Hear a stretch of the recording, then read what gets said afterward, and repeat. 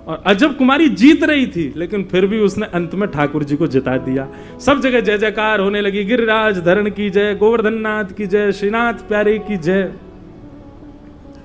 अजब कुमारी बोली अब मेरा वरदान पूर्ण करो। ठाकुर जी इशारों में ही चर्चा कर रहे हैं, क्या चाहिए बताओ। बोले जो मांगूंगी सो दोगे। बोले जो मांगेगी सो देंगे।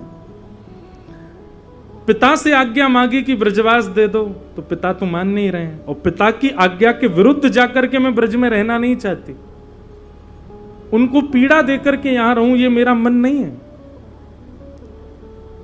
इसलिए पिता तो नहीं मान रहे हैं, लेकिन अब आप मानो, आप मेरे लिए मेवाड़ चलो और मेवाड़ में विराजो। ठाकुर जी बोले तेने तो सब जगह जिताए के मुंह को हराए दियो, तेने मेरो ब्रज छुड़वाए दियो, पीछे मत हटियो, ठाकुर जी वचन दिया है आपने। और ऐसा कहकर के अजब कुमारी तो चली गई। अब ठाकुर जी योजना बनाने लगे, क्या करें क्या करें। तब मुगल आक्रमण कर रहे थे वृंदावन पर, तो गोविंद देव जी चले गए जयपुर, मदन मोहन जी चले गए करौली राजस्थान, जुगल किशोर जी चले गए पन्ना, और श्री गोपीनाथ जी भी चले गए जयपुर। तो सब ठाकुर जी जा रहे थे, क्योंकि आक्रमण यहां कोई राजा रक्षा ही नहीं कर पा रहा था मंदिरों की। तब ठाकुर जी ने ऐसी योजना बनाई और यहां के सब वैष्णवों से कहा, बोले देखो जो मुगल आकर के मेरे मंदिर पर आक्रमण करेंगे मुंह को छू जाएंगे। सब ने कही, बोले ठाकुर जी आप परमात्मा हो, परब्रह्म हो, मुगलों को चुटकी बजाए तो खत्म हो जाएंगे। ठाकुर जी बोले ये कलयुग है, कलयुग में मैं भक्त के अधीन रहता हूं, वो खवाएगो तो खाऊंगो, वो सुवाएगो तो सोऊंगो, वो चलाएगो तो चलूंगो, वो स्नान कराएगो तो करूंगो, वो श्रृंगार करेगो तो धराऊंगो, अपनी इच्छा से कुछ नहीं। कलयुग में ठाकुर जी मेरी और आपकी इच्छा से रहते हैं। कभी कभी तो लगता है हम भक्त हैं कि वो भक्त हैं हमारे। ठाकुर जी बोले मेरी इच्छा नहीं चलेगी। तब सबने विचार किया क्या करें। तब ठाकुर जी को ले जाने की योजना बताई। भैंसा पे बैठ के श्रीनाथ जी गए। तोड़ का कौन सा धनो, तोड़ को धनो, वहां गए ठाकुर जी। टेंटी को अचार पायो, बड़ी सुंदर कथा एक दिन सुनाऊंगा मैं। और बहाना तो बनाया मुगलों का, लेकिन ठाकुर जी अजब कुमारी के लिए मेवाड़ में विराजमान हो गए, और आज भी ठाकुर जी मेवाड़ में विराजमान है। बोलो श्रीनाथ प्यारे की। तो ऐसे हमारे श्रीनाथ जी, ऐसे हमारे श्री गोवर्धन नाथ जी वो आज विराजमान हैं। इस बार श्री गिरधर लाल जी का जो जन्मोत्सव है 11 से 17 जनवरी 2025, छठवां जन्मोत्सव, वो नाथ द्वार में ही है ठाकुर जी का। और हर वर्ष हमारे चित्र विचित्र महाराज जी आते हैं ठाकुर जी को लाड़ लड़ावे। या बार भी आनो तो पड़ेगो इनको, और या बार हमारी दीदी भी आएंगी ठाकुर जी को आनंद करावे के काजे। तो ऐसे हमारे श्री गोवर्धन नाथ जी श्रीनाथ जी में विराजमान भय हैं। बोलो श्रीनाथ प्यारे की। ऐसे गिरिराज जी की शरण में अब कथा शुरू करें। 8:30 बज गए। सच्चिदानंद रूपाय विश्वोत्पत्त्यादि हेतवे तापत्रय विनाशाय श्री कृष्णाय वयम नमः। सच्चिदानंद रूपाय। अब हम 5 मिनट थोड़ा कुछ महात्म कह के और फिर सप्तनिधिन को प्रणाम करके कथा को विराम देंगे। ठाकुर जी के 3 रूप हैं, सत्य, चित्त और आनंद। बंधुओं, एक ब्रजवासी के द्वारा बताई गई यह श्लोक की व्याख्या सुनो, कितनी सुंदर। उनने मुंह को ही सुनाई। सच्चिदानंद रूपाय। बोले लाला ये सत्य चित्त आनंद रूप कौन से हैं ठाकुर जी के? मन के आप बताओ।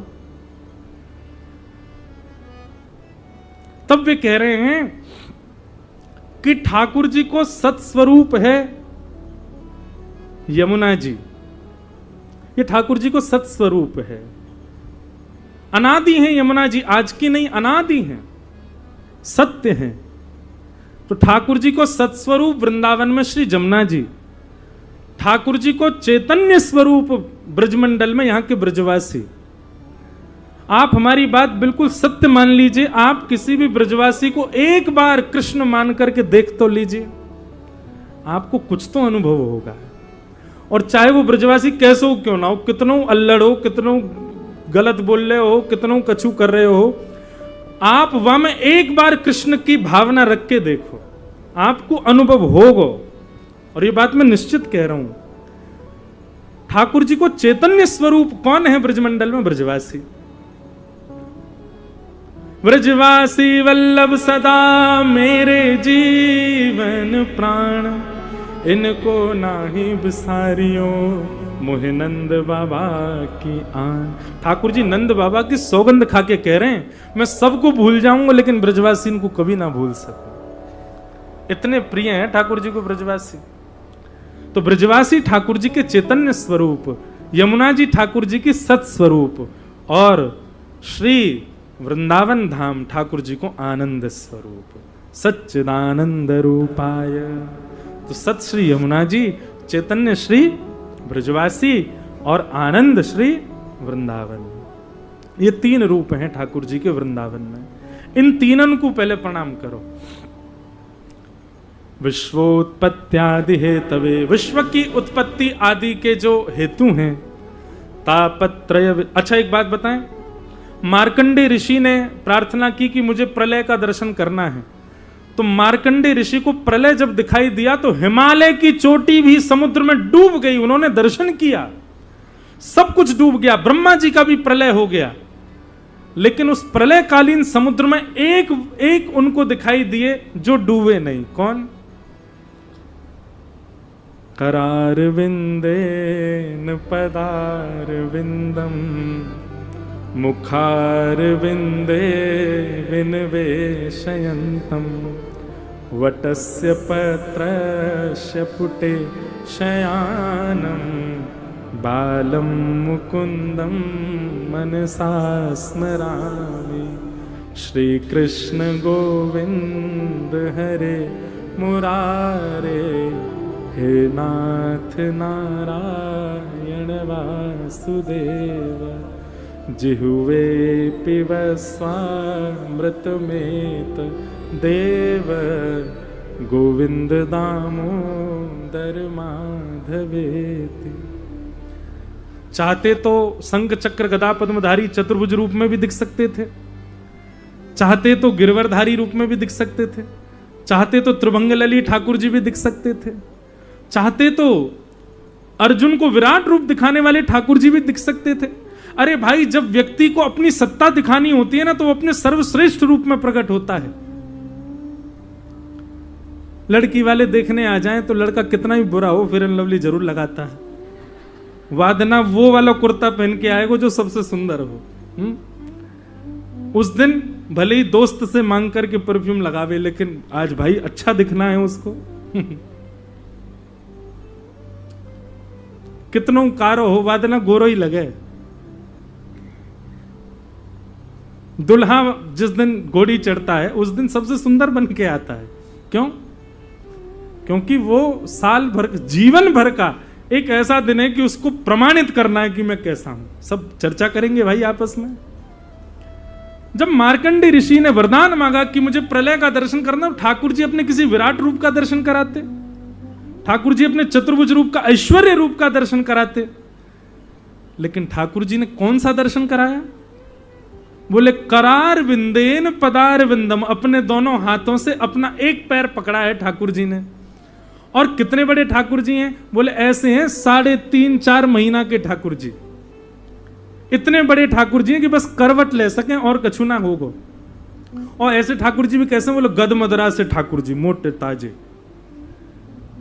जे फूल लें हाथ, जे फूल लें, बिल्कुल महाराज मोटे ताजे ठाकुर जी अपने हाथन से अपने पाम के अंगूठाकू मुंह में रख करके चूस रहे हैं। करार विंदेन पदार विंदम, मुखार विंदे विनवेशयंतम। पूरा विश्व जिनके चरणामृत को पान करता वो अपने चरण खुद पीते हैं। बताओ। इसके पीछे 2 कारण है ठाकुर जी अपने चरण क्यों पी रहे हैं। सबसे पहले कारण जो बताया गया कि क्योंकि भैया भले ही चरण मेरे हैं, लेकिन इनमें ब्रजवासीन के अंग से स्पर्श की भई रज लगी भई है, या हमारे ब्रजवासीन को याद करके ठाकुर जी अपने चरण पी जाएं, चरणन में लगी रज को चाटें। ये ब्रज की रज है। और दूसरा कारण ठाकुर जी अपने चरण क्यों पीते हैं, पूरा ब्रह्मांड ठाकुर जी के उदर में है। ठाकुर जी जब अपने चरण पीते हैं तो मानो अपने ही चरणामृत से पूरे ब्रह्मांड को पवित्र करते हैं, इसलिए ठाकुर जी अपने चरण पी रहे हैं। वटस्य पत्रस्य पुटे शयानम, वट के पत्र के ऊपर ठाकुर जी लेटे हुए, शयानम बालम मुकुंदम मनसा स्मरामि, ये ठाकुर जी का बाल मुकुंद रूप। आहा, मार्कंडे ऋषि को उस रूप में दर्शन कराया ठाकुर जी ने, ब्रज के रूप में, ब्रज के ठाकुर जी के रूप में। प्रलयकालीन समय पर ठाकुर जी को दर्शन, मार्कंडे ऋषि को दर्शन कराने वाले ऐसे श्री कृष्णाय वयम नुमः, ऐसे श्री कृष्ण को हम बारंबार प्रणाम करते हैं, उनको बारंबार वंदन करते हैं। महात्मा का यह प्रथम श्लोक। द्वितीय श्लोक में श्री सुखदेव जी को वंदन किया गया कि यम प्रव्रजन्तमनुपेतमपेत कृत्यम द्वैपायनो विरह कातर आजुहाव पुत्रेति तन्मयतया तरवोभिनेदु तम सर्वभूत हृदयम मुनिमानतोष्मि। बंधुओं, अगर मैं कड़ी जोड़ने पर आ जाऊं ना, तो संपूर्ण भागवत का निर्माण हमारी किशोरी जी ने किया है, हमारी श्यामा जी। ये भागवत के श्लोकों को सुनकर के आप ज्ञान वैराग्य और इन सब को सोच करके ये मत सोचा करो कि हम रसिक हैं, हमको ज्ञान ते कहा काम, हमको वैराग्य ते कहा काम, हम तो रसिक हैं, हमको तो प्रेम की चर्चा सुनाओ। ऐसा नहीं। ज्ञान वैराग्य ये झाड़ू हैं, और जब चित्त रूपी सुंदर कुंज में ज्ञान और वैराग्य की सोहनी लगाओगे तभी वो पवित्र होगी, तभी श्यामा श्याम विराजेंगे वहां में। जब तक ज्ञान वैराग्य की सोहनी से अपने हृदय को मार्जन नहीं करोगे तब तक प्रेम कैसे आवेगा वहां में। इसलिए कभी कभी बीच में अगर क्लिष्ट चर्चा हो कथा की, ज्ञान और वैराग्य की, तो आप लोग ये मत सोचियो कि ब्रज में बैठे हैं ऐसी कठिन चर्चा क्यों। वैसे तो ब्रज में आवेगी ना, ब्रज में रसिकन के भाव ही ज्यादा आम है, पर फिर भी श्रीमद् भागवत की रचना हमारी श्यामा जी ने किया। जैसे वृंदावन की रचना किशोरी जी ने करी है, वैसे भागवत की रचना भी हमारी किशोरी जी कर रही हैं। कैसे? श्री नागरीदास जी का पद है, पद मेरे पास पूर्ण नहीं है, पर उसका एक एक भाव में सुनाऊं। तरवर छाओ तीर यमुना के, सुआ पढ़ावत डोले।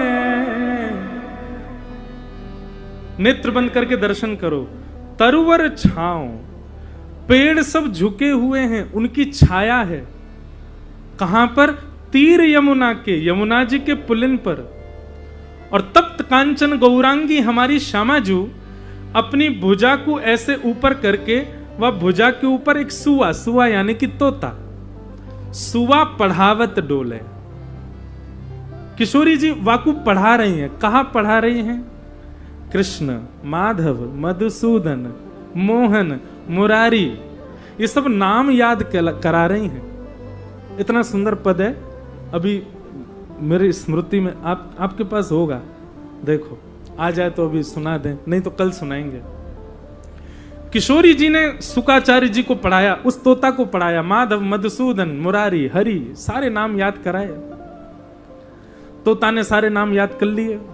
अब किशोरी जी 24 घंटा उससे कहते रहे सुनाते रहो, तो यहां बैठा रहता है किशोरी जी के, और कान में ठाकुर जी के नए नए नाम बताता है। मोहन, और जैसे ही मोहन बोलता है ना, किशोरी जी मोहन, मोहन मतलब सबको मोहित करने वाले, उस रूप का चिंतन करती हैं। तभी वो कहता मदन मोहन। मदन मोहन मतलब इतने सुंदर कि कामदेव भी मूर्छित हो जाए। फिर वो कहता है गिरधर, आहा, ठाकुर जी ने गिरिराज जी धारण किए हैं। गोपाल, गायों के बीच में ठाकुर जी चल रहे हैं। जो जो नाम बोले श्री जी उस रूप का चिंतन करती हैं और भाव में आनंदित हो जाती हैं। पर एक दिन ठाकुर जी जब किशोरी जी से मिलने आए, सब सखीन ने प्रणाम कियो, वह तोता ने प्रणाम नहीं कियो। किशोरी जी ने ठाकुर जी की जावे के बाद कही, अरे तेने श्याम सुंदर को प्रणाम क्यों ना कियो? तब तोता बोलो, कौन श्याम सुंदर? अरे तू मुझको सुनावे श्याम सुंदर मधुसूदन मोहन मुरारी सबरे नाम सुनावे और वही आए, तेने उनको प्रणाम नहीं कियो। तब वो सुख पक्षी बोलो, मैं तो नाम जानू, पर ये नाम है कौन को वाकू थोड़ी जानू मैं। तब किशोरी जी बोली, ओहो, याने तो रट लियो है बस, जाने ना है। किशोरी जी बोली, अब तोकू तेरो त्याग करनो पड़ेगो मोकू। वो सुख पक्षी खूब रोयो, हे श्यामाजू आप सब करो पर मेरो त्याग मत करो। किशोरी जी बोली, त्याग नहीं कर रही हूं, पर एक शर्त रख रही हूं। कहा, जब तक या मोहन मधुसूदन मुरारी जो भी तू नाम गावे, जब तक इनको पहचान नहीं जाएगा तब तक मैं तो को स्वीकार नहीं करूंगी। पहले जाके इनको समझ के आ, इनको जान के आ, तब तेरो वर्ण करूंगी मैं, तब तो स्वीकार करूंगी। तब वे सुख पक्षी, ताकि मैं किशोरी जी की पुनः प्राप्ति कर सकूं, वही सुख पक्षी भूमि पर आए और श्री वेदव्यास जी की पत्नी विटिका के गर्भ से उन्होंने जन्म लिया। जन्म लेकर के वेदव्यास जी के द्वारा उन्होंने भागवत जी का श्रवण किया और वही भागवत के द्वारा महादेव से पहले सुना, फिर वेदव्यास जी से अध्ययन किया, श्रवण किया, फिर पठन किया और फिर उसका विचार किया और चिंतन करने के बाद वही कथा सुखदेव जी को सुनाई, परीक्षित जी को सुनाई। परीक्षित को क्यों सुनाई? अगर परीक्षित का उद्धार हो गया तो सुखदेव जी को यह बात प्रमाणित हो जाएगी कि वे ठाकुर जी को थोड़ा पहचान चुके हैं। और जैसे ही सप्ताह कथा पूर्ण भई, तुरंत आकाश से एक विमान आयो, परीक्षित वहां में विराजमान है करके प्रस्थान कर गए। श्री सुखदेव जी महाराज नृत्य करते करते करते करते बरसाने पहुंचे और श्री जी ने उनको स्वीकार किया। बोलो सुखदेव जी महाराज की।